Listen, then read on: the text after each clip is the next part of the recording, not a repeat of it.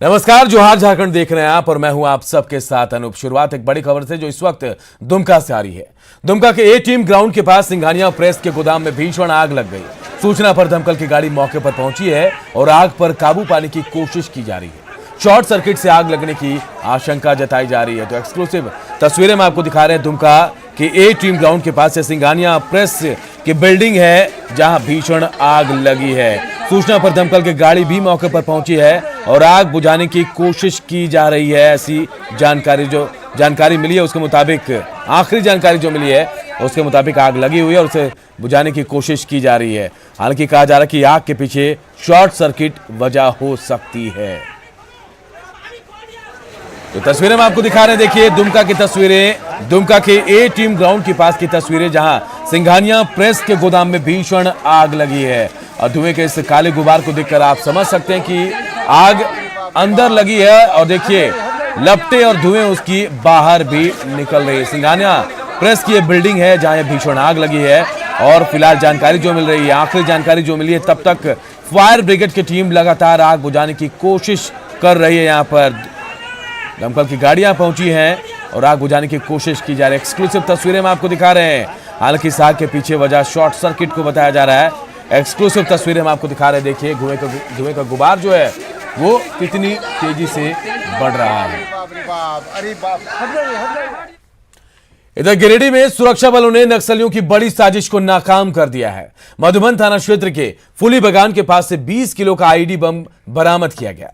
Police को मानी तो सुरक्षा बलों को टारगेट करने के लिए इस आईडी बम को प्लांट किया गया था, लेकिन एसपी सुरेंद्र झा के नेतृत्व में चलाए गए सर्च ऑपरेशन में यह आईडी बम बरामद किया गया। इसके बाद उसे डिफ्यूज भी किया गया है।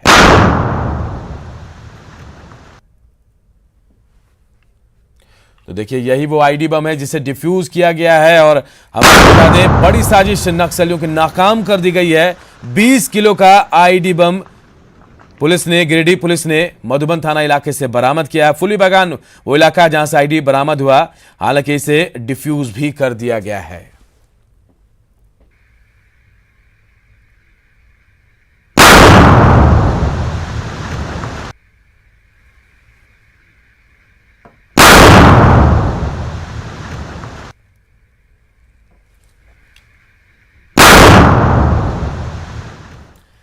इधर गढ़वा में भी नक्सलियों के खिलाफ पुलिस को बड़ी सफलता मिली है। मझियाओं पुलिस को छापेमारी के दौरान भारी मात्रा में नक्सली सामान मिले हैं। जहारसराय गांव से पुलिस को भारी मात्रा में जिलेटिन और डेटोनेटर जैसे विस्फोटक मिले हैं और पुलिस इसे बड़ी कामयाबी मान रही है।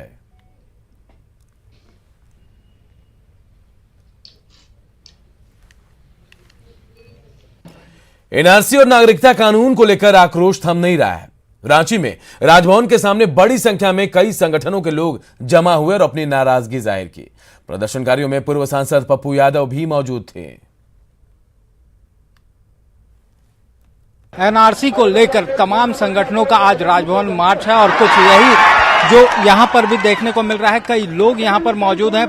पूर्व सांसद पप्पू यादव भी यहाँ पर आए हैं और फिलहाल एनआरसी और को लेकर यहाँ पर लोगों का जबरदस्त विरोध प्रदर्शन देखने को मिल रहा है। प्रशासन के द्वारा भी यहाँ पर सुरक्षा के पुख्ता इंतजाम किए गए हैं और कई लोग भी यहाँ पर मौजूद हैं और साफ तौर से इसे लेकर अपनी जो आक्रोश है उसका प्रदर्शन कर रहे हैं। हमारे साथ कई महिलाएं भी हैं, उनसे भी जानने की कोशिश करते हैं। मैम, आप लोग आई हैं, क्या कुछ मुद्दे हैं एनआरसी और सीए को लेकर? आप लोगों ने अपनी जो विरोध है वो दर्ज कराया है, राज्यपाल को भी ज्ञापन देना है।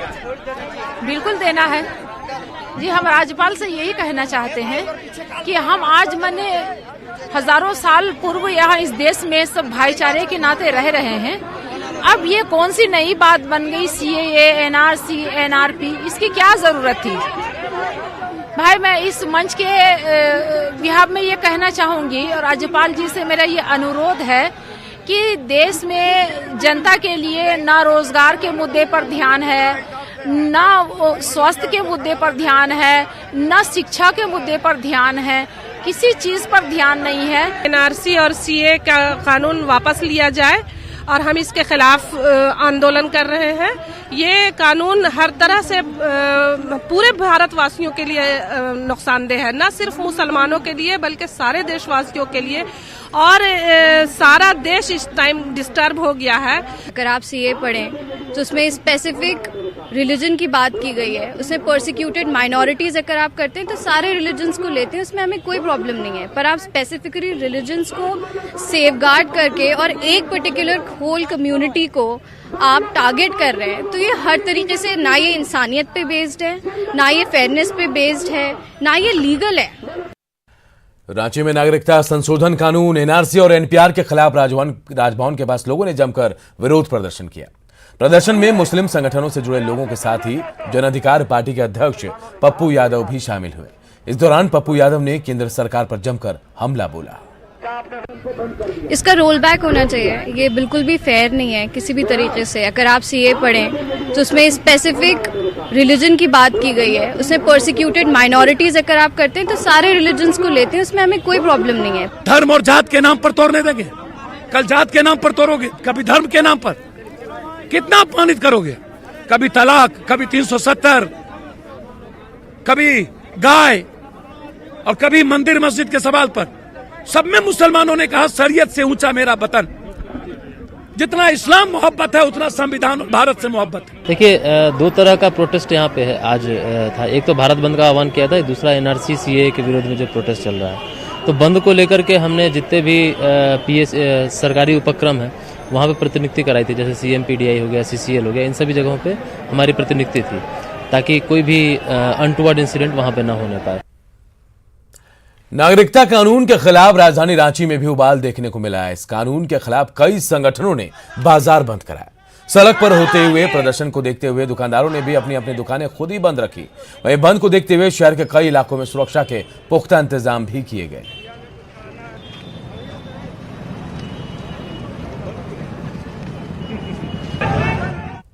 और बात झारखंड विधानसभा की। राज्यपाल के अभिभाषण पर चर्चा के दौरान कांग्रेस विधायक इरफान अंसारी ने सरायकेला की मॉब लिंचिंग में तबरेज अंसारी की मौत का मामला उठाया। इरफान अंसारी ने आरएसएस और बीजेपी के कार्यकर्ताओं पर तबरेज अंसारी की हत्या का आरोप लगाया। इरफान अंसारी के आरोपों से नाराज बीजेपी के सदस्यों ने हंगामा किया और वेल में आकर माफी मांगने की मांग की। हालांकि इरफान अंसारी ने माफी मांगने से साफ इनकार कर दिया और साथ ही तबरेज के साथ ही कई और लोगों की हत्या का आरोप पिछली सरकार पर लगा दिया। इस दौरान सदन की कार्यवाही बाधित भी रही। जो बातें मैंने किया महोदय, जो आपके सामने मैंने रखा और जो मैं आज देख रहा था महोदय, जो सामने आपके गए थे महोदय, मैं कहना चाहता हूं खास करके शिक्षा विभाग महोदय, शिक्षा विभाग में भी पारक टीचर को इन लोगों ने मारा है। सुनिए महोदय, कृषि विभाग में भी महोदय, कृषि विभाग में भी महोदय हमारे बच्चों की जान गई है। शहरी विकास मंत्रालय में महोदय फलक की जान गई है महोदय। तबरेज अंसारी हो या मिनाज अंसारी, सरकार इनकी थी, इन लोगों ने महोदय अच्छा खेत का काम किया महोदय। खेत व्यक्त कर दीजिए महोदय, खेत व्यक्त कर दीजिए। सुनिए, खेत व्यक्त कर दीजिए महोदय। इरफान साहब महोदय, मैं सुनिए महोदय, इरफान साहब सुनिए महोदय, सदन का समय कीमती होता है। तबरेज अंसारी हो या मिनाज अंसारी हो महोदय, मारा है इन लोगों को। इरफान अंसारी कभी माफी नहीं मांगेगा, इरफान अंसारी कभी माफी नहीं मांगेगा और जो कातिल है दोषी को कार्रवाई करेगी सरकार। और इससे पहले इरफान अंसारी की ओर से पिछली सरकार के कामों की जांच कराने की बात कहे जाने पर भी सदन का माहौल गर्म रहा। इरफान अंसारी ने बीजेपी पर झारखंड को लूटने का आरोप लगाया। इस पर बीजेपी सदस्य सीपी सिंह ने इरफान अंसारी पर तंज कस दिया। महोदय, राज्य में 20 साल हो गया, 20 सालों में राज्य में 20 साल हो गया महोदय। 20 सालों में 18 साल इन लोगों ने राज्य किया है महोदय। राज्य को लूटने का काम इन लोगों ने किया है और आज बौखलाहट हो रही है। बौखलाहट होना वाजिब है महोदय। मैं कहना चाहता हूं महोदय, जिस प्रकार से राज्य में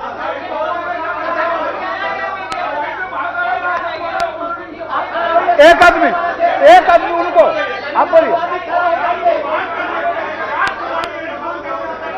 बिल्कुल जांच महोदय, जांच भी कराऊंगा और जेल भी जाएंगे जो दोषी होगा महोदय। जांच भी कराऊंगा, जेल भी जाऊंगा महोदय।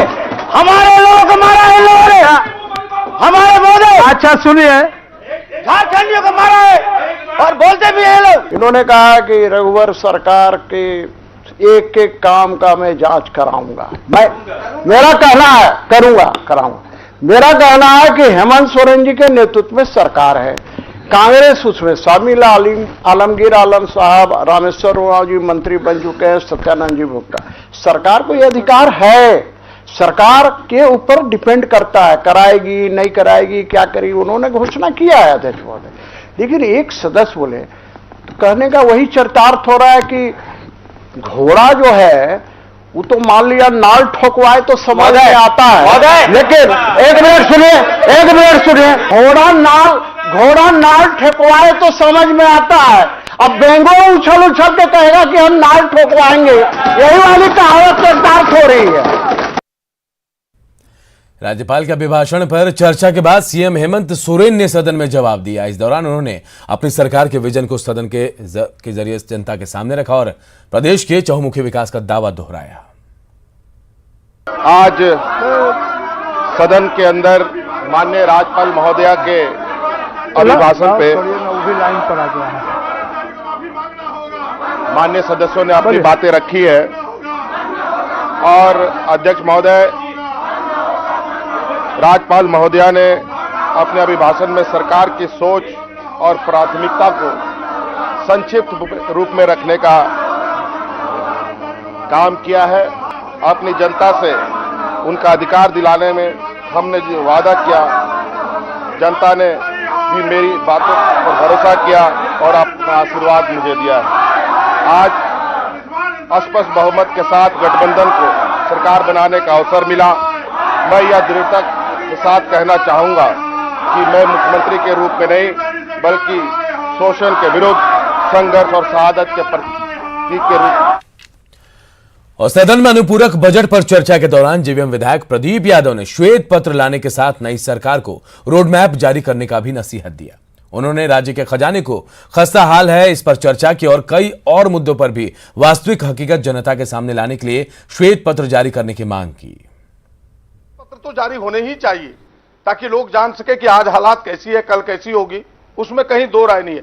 लेकिन उसके साथ साथ सरकार को रोड मैप भी बनाना चाहिए कि भाई ये पैसा हम यहां से लाएंगे, इस दिशा में इसको हम खर्च करेंगे। ये रोड मैप भी सरकार को बनानी चाहिए। और अध्यक्ष महोदय मैं आगे बताऊं कि ऐसी परिस्थिति में कई चीजों में इन्हें श्वेत पत्र जारी करनी चाहिए। वे श्वेत पत्र जारी करना चाहिए अध्यक्ष महोदय शिक्षा के क्षेत्र में, एक एक चीजों में, कल्याणकारी योजनाओं में, सब पर, बेरोजगारी पर, सिंचाई पर, तमाम चीजों पर। और अब बात हड़ताल की। 10 ट्रेड यूनियन और 6 बैंक संगठनों के देशव्यापी हड़ताल का झारखंड में कोई खास असर नहीं दिखा।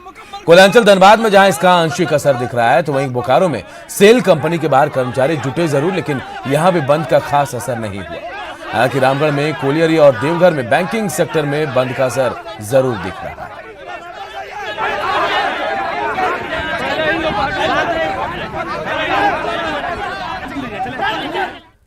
केंद्रीय श्रमिक संगठनों के आह्वान पर बैंकों के देशव्यापी हड़ताल का कोयलांचल धनबाद में भी असर देखने को मिल रहा है। एसबीआई को छोड़ शहर के लगभग तमाम सरकारी बैंक बंद हैं। बैंकों के बंद होने से ग्राहक परेशान है। हालांकि एटीएम में कैश होने से थोड़ी राहत जरूर मिली है। बैंकों और बीमा क्षेत्र में हड़ताल से धनबाद में करीब 200 करोड़ के लेन देन का कारोबार प्रभावित होने का अनुमान लगाया जा रहा है। श्रम कानूनों में संशोधन, एनपीए सहित विभिन्न मुद्दों को लेकर आज देशव्यापी श्रमिक संगठनों का आज हड़ताल है और इसमें सबसे बड़ा अगर बात करें तो बैंकिंग हड़ताल है जिसका देशव्यापी असर पड़ा है। और धनबाद में भी बात करें तो कुल 18 बैंकों के 187 बैंक इस वक्त में बंद है। सिर्फ एसबीआई इस हड़ताल में शामिल नहीं है, इसके अलावा अन्य सभी सरकारी बैंक इस हड़ताल में शामिल हैं।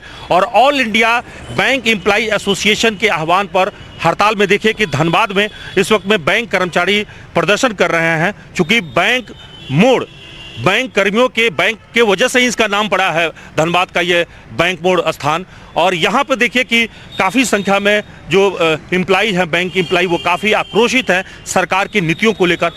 हमारे जो मोदी सरकार जो है, ये पिछले भी हम लोग एक हड़ताल में गए थे नवंबर महीने में, तो उसका कोई असर आज तक हमको नहीं लगा पड़ा है। बैंक का मर्जर नहीं होना चाहिए सर, बिल्कुल नहीं sir. As a bank employee जितना काम हम कर रहे हैं सर। और ट्रेड यूनियन के बंद का पलामू में भी व्यापक असर देखने को मिला। बंद के समर्थन में वामपंथी संगठनों ने मेदिनीनगर में जुलूस निकाला और केंद्र सरकार के खिलाफ जमकर नारेबाजी की। इधर बंदी को लेकर शहर में सुरक्षा के कड़े इंतजाम किए गए थे। समुदाय, संगठन और अलग अलग धर्म और अलग विचार के लोग आए हैं ये एक साथ बोलने के लिए कि हमें एनआरसी नहीं चाहिए, सीएए नहीं चाहिए, और मैं ये भी कहूँगा कि एनपीआर भी नहीं चाहिए। लेकिन हम लोग केवल मोदी और शाह से जवाब नहीं मांग रहे, मेरे ख्याल से हेमंत सोरेन से भी जवाब मांग रहे हैं कि क्या आप झारखंड में एनआरसी को मना करेंगे, साफ मना करेंगे या नहीं मना करेंगे। सरायकेला के दलमा सेंचुरी के मालूकोचा में झुंड से बिछड़े हाथियों के लिए बाड़ा बनाया गया है, लेकिन इस बाड़े में कुछ दिनों से मायूसी छाई है। मायूसी की वजह चंपा हथनी का बीमार होना है। 1 महीने पहले इसी बाड़े में लक्ष्मी हथनी की मौत हो गई थी और उस सदमे से वन विभाग उबर भी नहीं पाया था कि चंपा हाथी बीमार होकर गिर पड़ी। वन विभाग दिन रात हाथी की सेवा में जुटा है, तो वहीं पशु चिकित्सक इलाज में लगे हुए हैं। ठंडा जो है यहाँ, क्योंकि रात को टेम्परेचर बहुत नीचे हो जाता होगा, डाउन हो जाता होगा, हमको लग रहा है 2 डिग्री 3 डिग्री इस तरह हो जाता होगा। ठंडा के चलते ये असर हुआ है हमको जहाँ तक लग रहा है। तो उस संबंध में जितनी भी दवाइयाँ हैं सब दे दी गई है और बाकी जो है दवा इसको मंगा के और कर दिया जाए। इधर पाकुड़ के लिट्टीपाड़ा में पुलिस टीम पर हमला करने के मामले में 3 आरोपियों को गिरफ्तार किया गया। एसपी राजीव रंजन सिंह ने कहा कि वीडियो फुटेज के आधार पर 8 लोगों के खिलाफ प्राथमिकी दर्ज की गई है। इनमें से 3 को गिरफ्तार कर लिया गया है। बाकी की गिरफ्तारी के लिए छापेमारी की जा रही है। दरअसल 2 दिन पहले लूट के आरोपी को पकड़ने गई पुलिस टीम पर लोगों ने हमला बोल दिया था। इस दौरान पुलिस की गाड़ी को आग के हवाले कर दिया गया था, साथ ही पुलिस पर भी पथराव किया गया था। 3 तारीख की रात्रि में नारायण भगत जी का काम नाला का चल रहा है, बास्को नाला का काम चल रहा है, तो इन्हीं के मुंशी थे। उनका 4 अज्ञात अपराध कर्मियों के द्वारा रात्रि में 9 बजे अपहरण कर लिया गया था। अपहरण के बाद दूसरे दिन जब फिरौती की मांग की गई तब पुलिस को। जो आज झारखंड में खबरें और बने रही हमारे साथ, जल्द लौटते हैं।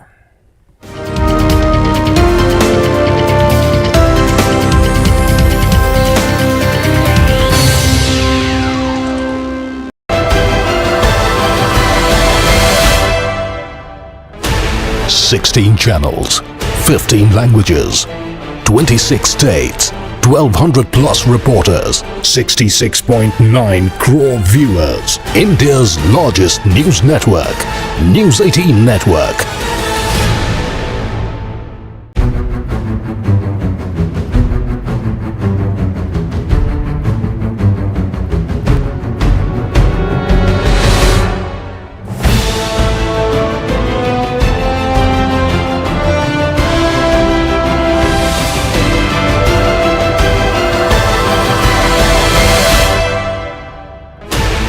Sixteen channels, 15 languages, 26 states, 1,200 plus reporters, 66.9 crore viewers. India's largest news network, News 18 Network.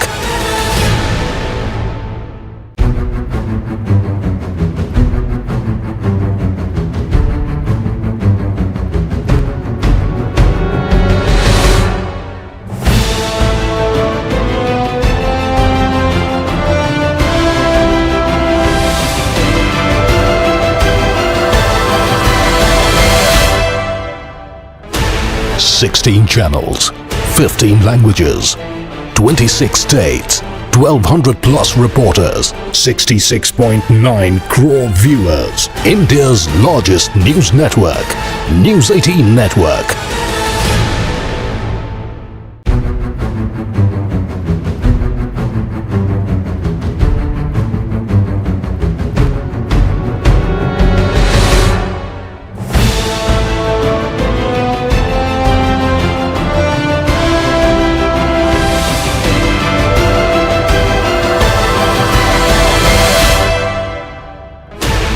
Sixteen channels, 15 languages, 26 states, 1,200 plus reporters, 66.9 crore viewers. India's largest news network, News 18 Network.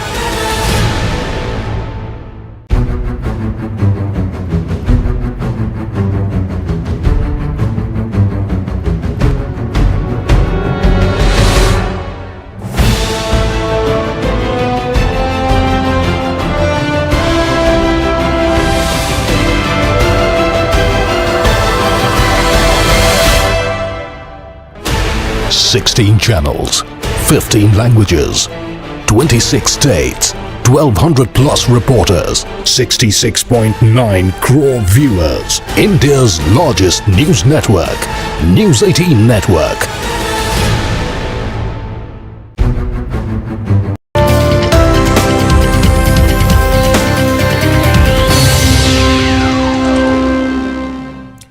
Steel city Bokaro में एयरपोर्ट के निर्माण का काम कछुए के चाल से चल रहा है। दिसंबर 2019 से बोकारो एयरपोर्ट से रांची और कोलकाता की विमान सेवा शुरू होने वाली थी, लेकिन तकनीकी समस्याओं की वजह से सेवा को शुरू होने का जो वक्त दिया गया था उसे बढ़ा दिया गया है। एयरपोर्ट काम से जुड़ी कंपनी के अधिकारियों ने आज बोकारो एयरपोर्ट का निरीक्षण किया और मार्च तक सेवा शुरू होने की संभावना व्यक्त की है। हजारीबाग के बड़का गांव के किसानों की जिंदगी में गुड़ मिठास घोल रही है। गन्ना उगाने के बाद किसान खुद से गुड़ बना रहे हैं, लेकिन गुड़ उत्पादन का पर उनका अपना पारंपरिक तरीका है। किसानों का कहना है कि अगर सरकार की ओर से मदद मिले तो इलाके में गुड़ के उत्पादन और ज्यादा बढ़ाई जा सकती है। रेट तो है 50 रुपये केजी, लेकिन इससे ई रेट तक ठीक है, लेकिन इससे नीचे चल जाता है 30 रुपये 25 रुपये, तो हम लोग को बहुत नुकसान होता है। काहे कि बहुत खटाली है, 2 दिन से है हम लोग कतारी छील रहे हैं, फिर रस सुखा रहे हैं। अब 2 दिन से 5-5 आदमी। कुछ और व्यवस्था मिले, ये सब तो सरकार के मदद से नहीं मिल पाता है। प्रकृति की खूबसूरत नजारों की तस्वीर अगर आपको देखनी है तो गुमला के बिशनपुर एक बार जरूर पाइए। यहां आपको प्रकृति की अपनी अटूट रचनाओं का रिश्ता देखने को मिलेगा। झारखंड को प्रकृति ने अपने सौंदर्य और पर्यटन स्थलों से नवाजा है, और प्रकृति के प्रेम की तस्वीर अगर आपको देखनी है तो गुमला के बिशुनपुर स्थित दक्षिण कोयल नदी के तट पर पहुंच जाए। कोयल नदी का पानी मानो इस खूबसूरत वादियों में अपने संगीत से प्रकृति का आनंद करा रही है। ये बनारी के बगल में जो कोयल नदी है, ये बड़ा अभूतपूर्व दृश्य का नज़ारा है और बच्चे यहाँ पर आकर के बहुत कुछ सीखते हैं। भाग दौड़ की इस दुनिया से थोड़ी देर सुकून पाने के लिए दूसरे राज्यों से भी पर्यटक यहाँ पहुँच रहे हैं। यहाँ पहुंचकर कई बच्चों को उन चीजों का भी एहसास हो रहा है जिसके बारे में अब तक उन्होंने किताबों में ही पढ़ा है। पर पर्यटकों की एक मांग भी सरकार से है कि इसे पर्यटन स्थल के रूप में विकसित करें, ताकि न सिर्फ गुमला बल्कि पूरे भारत में इसकी पहचान बन सके। यहाँ बहुत अच्छा लग रहा है, यहाँ पर कि यहाँ बहुत अच्छा सीन है। हम लोग को यहाँ पर बहुत कुछ सीखने के लिए मिला है। मैं सरकार से निवेदन कर रहा हूँ कि इस जगह को और भी खूबसूरत बनाए। मैं यहाँ पटना से पहली बार आई हूँ। इतना खूबसूरत जगह है ये थोड़ा सा और व्यवस्थित हो जाएगा तो बहुत ही अच्छा लगेगा। बट ये खूबसूरत जगह, यहाँ इतनी सुंदर वादियाँ, नदी, एकदम मनमोहक दृश्य देखने को यहाँ मिल रहा है। मैं यहाँ बार बार आना चाहूँगी। प्रकृति का अद्भुत नजारा दक्षिण कोयल नदी के तट पर दिखता है। नदियाँ, पेड़, पौधे यहाँ खुशी से झूमते हैं। जरूरत बस इतनी सी है कि सरकार अब इस जगह के लिए एक कदम आगे बढ़ाए, जिससे पर्यटन का रास्ता 2 कदम आगे बढ़ सके। सुशील कुमार सिंह, न्यूज़ 18 गुमला। और इस बुलेटिन में फिलहाल इतना ही। आगे देखिए गांव शहर 100